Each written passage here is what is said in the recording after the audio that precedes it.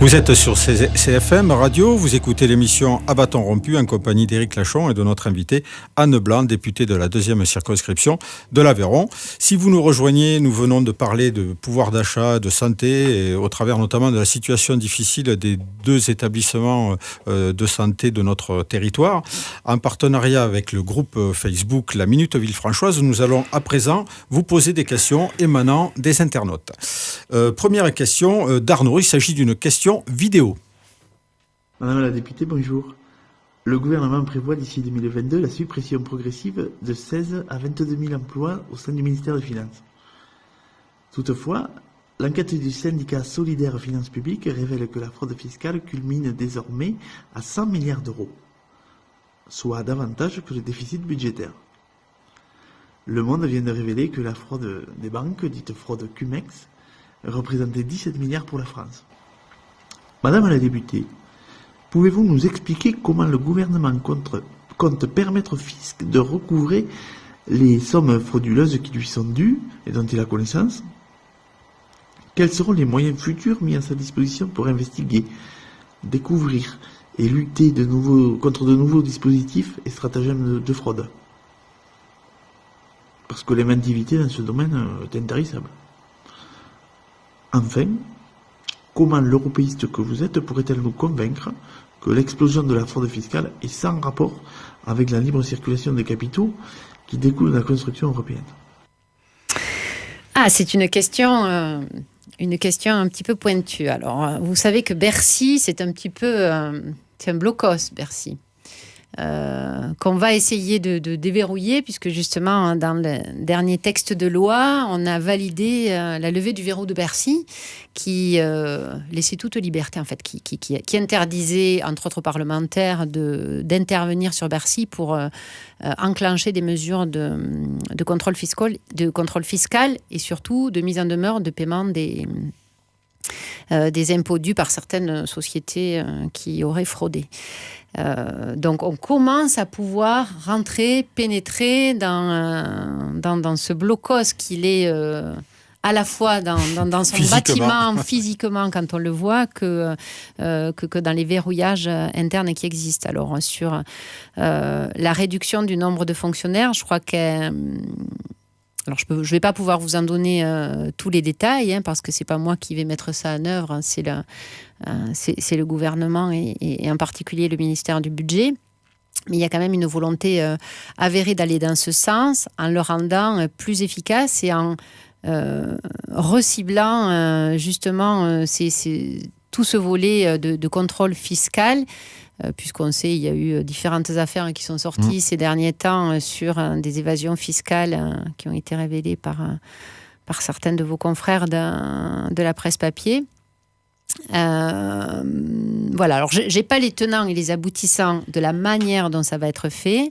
Je pense qu'il y a une volonté aussi, puisque vous parlez de l'échelon européen, de mettre en œuvre ce contrôle fiscal et ces rapatriements de capitaux dans chaque pays par l'ensemble des États européens. Donc je fais confiance aux spécialistes pour le mettre en œuvre.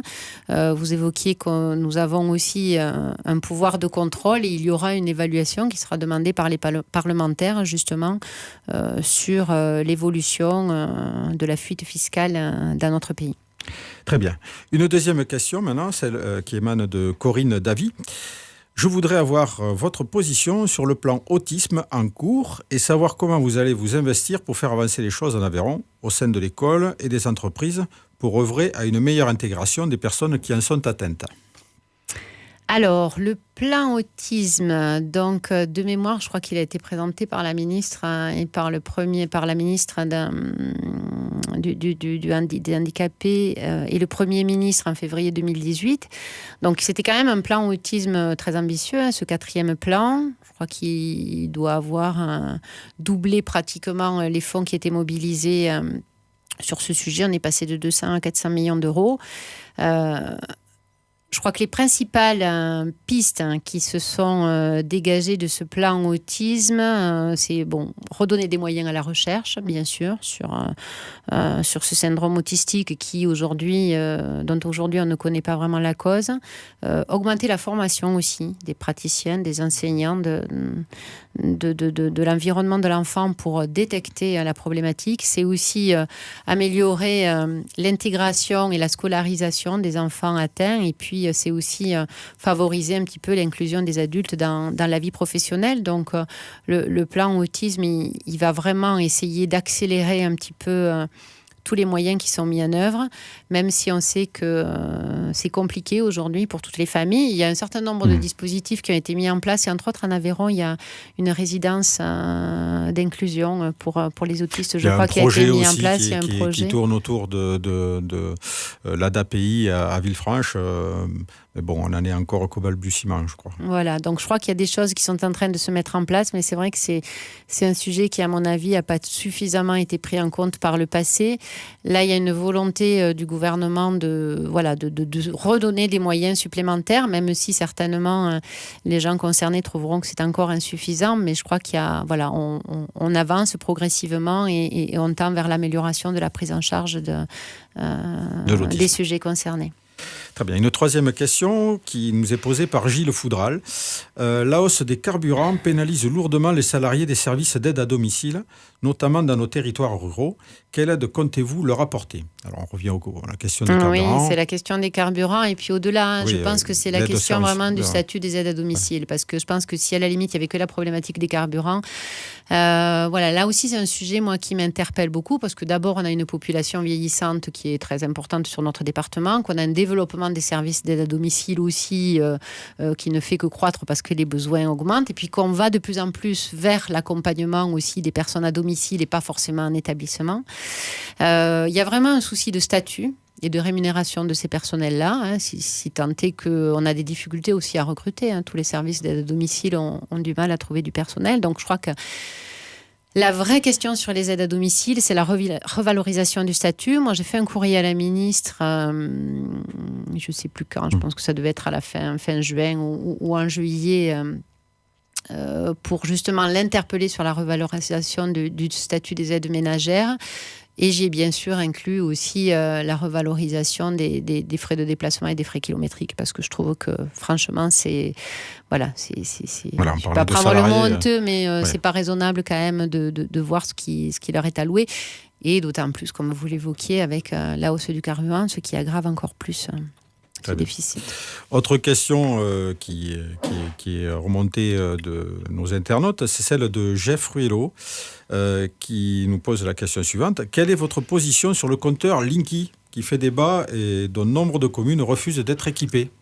Les compteurs Linky. Alors, j'ai beaucoup discuté des compteurs Linky. J'ai été interpellée par des associations, des regroupements de citoyens qui se sont positionnés fermement contre le compteur Linky. Donc moi, ce que j'ai toujours défendu, et je l'ai défendu auprès d'EDF et auprès aussi des ministères, c'est la liberté pour les gens de choisir ou non la possibilité d'avoir, ou surtout de ne pas avoir, parce que c'est ce qui était revendiqué, un compteur Linky, parce que je suis aussi extrêmement attachée à la liberté, même si légalement et réglementairement parlant, les compteurs appartiennent à EDF et aux fournisseurs et n'appartiennent pas aux propriétaires, et qu'ils sont toujours intervenus dans les propriétés pour les réparations. Donc ça, il faut le savoir quand même, réglementairement et légalement parlant, ça appartient aux fournisseurs.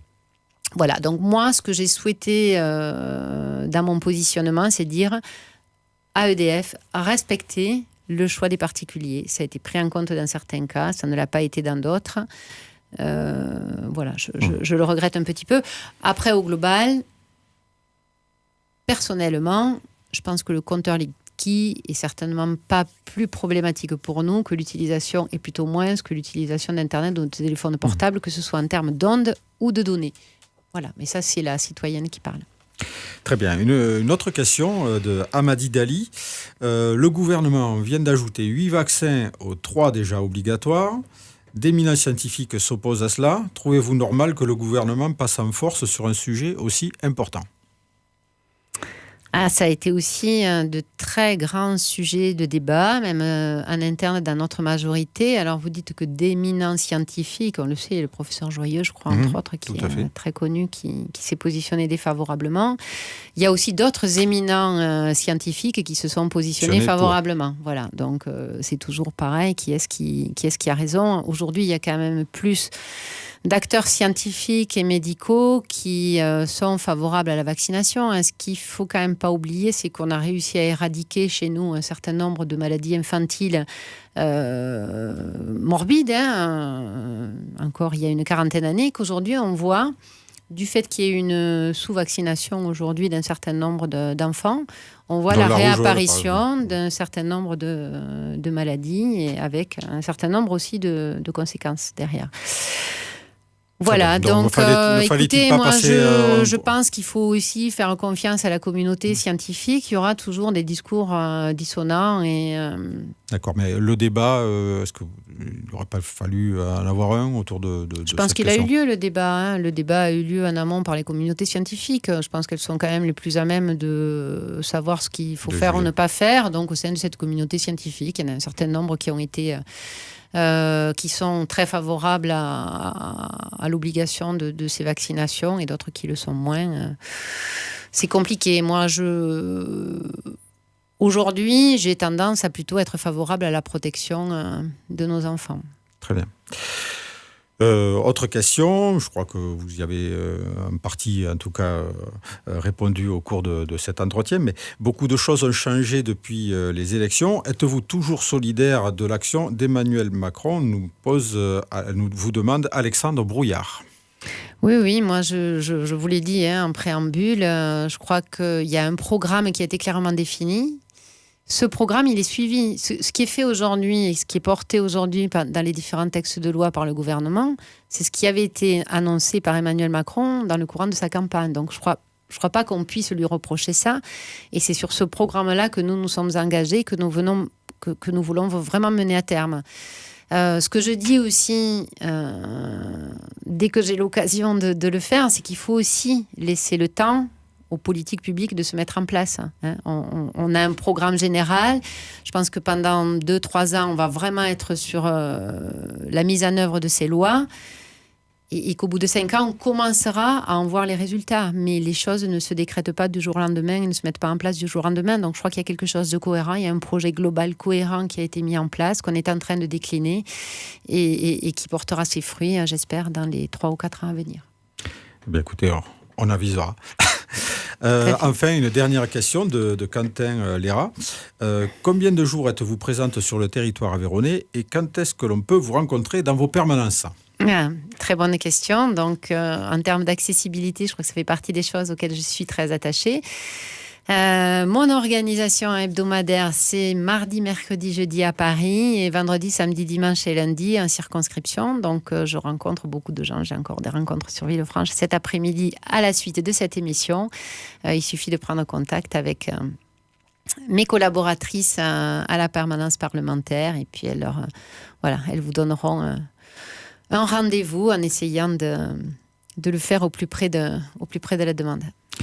Très bien, merci beaucoup Anne Blanc. Il est désormais temps de nous séparer à l'issue de cet entretien. Nous vous remercions bien sûr d'avoir accepté notre invitation pour ce deuxième rendez-vous de l'émission À bâton rompu. Nous nous retrouverons le mois prochain avec nos partenaires, le Studio Vernet, la Minute Villefranchoise, CFM et le Villefranchois, pour accueillir un nouvel invité issu du monde économique, associatif ou politique. Et donc nous vous donnons rendez-vous le mois prochain pour un nouvel entretien à bâton rompu. Merci beaucoup.